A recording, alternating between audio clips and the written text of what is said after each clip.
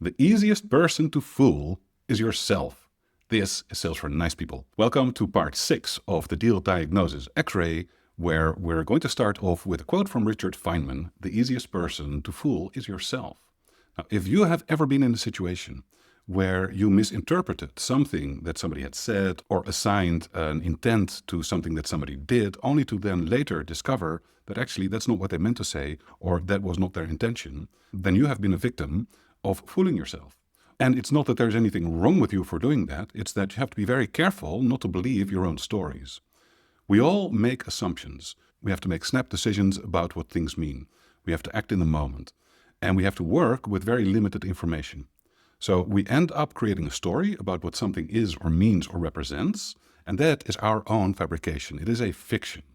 I'm reminded of a mural that I saw in Seattle when I lived there decades ago, which said, "I will always love the false image I had of you." It's actually a very meaningful sentiment, because when you fall in love with a person, that is not the person, that is the image that you have of that person. It's who you think they are, but they are something else.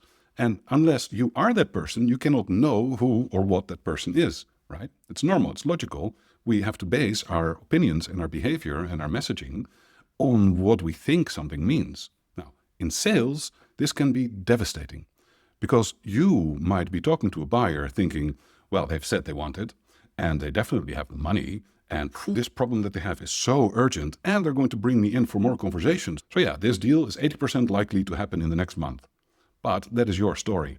That is not necessarily what the deal represents. And here is where it gets really tricky. When a deal is really lucrative, or when it is a very impressive company to work with, and it would look so great on your testimonials page, then you are at risk of what some people call wearing happy ears, where you go, "Oh, the buyer said, yes, it's a deal. Let's already order the champagne or book the cruise." Yeah, but wait, until they've paid or signed the contract, it's not a deal yet. You are wearing happy ears, or as Ari Galper calls it, you're smoking hopium. You think, you hope that something's going to work, and therefore you will also believe that it's going to work.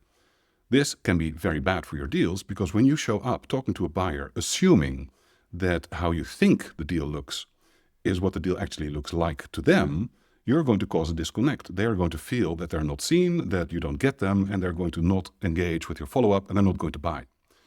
So whenever you're talking to a buyer, when you're reviewing your deals, when you are working your pipeline, ask yourself, am I telling myself stories? Am I inflating the importance and the probability of this deal simply because I want to? And that, what you want, is a red flag. It's one of the measures of fooling yourself. The more you want something, the more you are excited, the more you justify and reason and rationalize why this is a good deal and why it's going to happen and why their micromanaging isn't going to bother you too much. Be careful, because at that point you might be signing a deal that you shouldn't sign, or you might be thinking you're going to sign a deal that isn't going to happen. Don't fool yourself. Don't wear happy ears. Make sure you are realistic and critical of your own thinking, because that way you're going to show up talking to your buyer in a way that is actually about where the deal is at and not where you think it is at. This is part of the Deal Diagnosis X-Ray checklist. You can get that checklist in a few days if you sign up at salesfornicepeople.com/sign up. And I will see you again tomorrow.